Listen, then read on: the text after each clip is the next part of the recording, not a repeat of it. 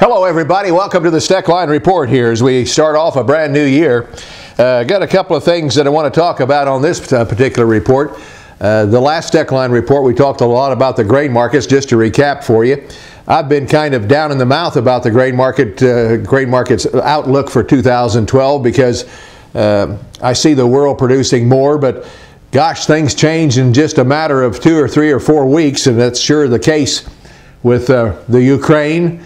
The Russians, they've got some weather problems now. Their winter wheat's going in pretty poor shape in the Ukraine area. That could cause some major winter kill there. And South America's got some real problems. And quite honestly, they are the reason why we've seen some strength in this grain market the past few weeks. Makes me want to stop the downward trend that we saw in this old grain market for the past several weeks. It's been stopped, and I think maybe we're going to hang around here to see how more things develop in those two countries for sure. And then, of course, we need to figure out what's going to happen here when it comes springtime and planting season there. Our hard red winter wheat crop I don't think is as good a shape as USDA says it is. They've got a bigger percentage of it that's good to excellent than I think it is. It's up in some places, but about that tall. And if you get some 0 or less temperatures around for a week or two, folks, a lot of that stuff could be hooky, nothing. And so consequently, we've got the barn door that's wide open, but nothing's coming out yet. We'll have to wait a while. In the meantime, as far as livestock's concerned, let's talk about that a minute. We've got a hot livestock market, have had for a good long time here, and there's nothing that points to anything being a problem for the cattle market in 2012. Except, in my opinion, nobody's talking about it much, and that is the consumer. And let's talk about what I'm talking about, and that is beef, first of all. We've got some considerably higher prices in the grocery store and at the restaurants than we've had in our lifetime. There's a time when those folks who go to the grocery store, called our customers, will say that's high enough. In fact, I'm going to let her lay. I'm going to pick up some of that stinking chicken. I'm going to pick up that cheaper priced pork, and I can make that deal work for this month.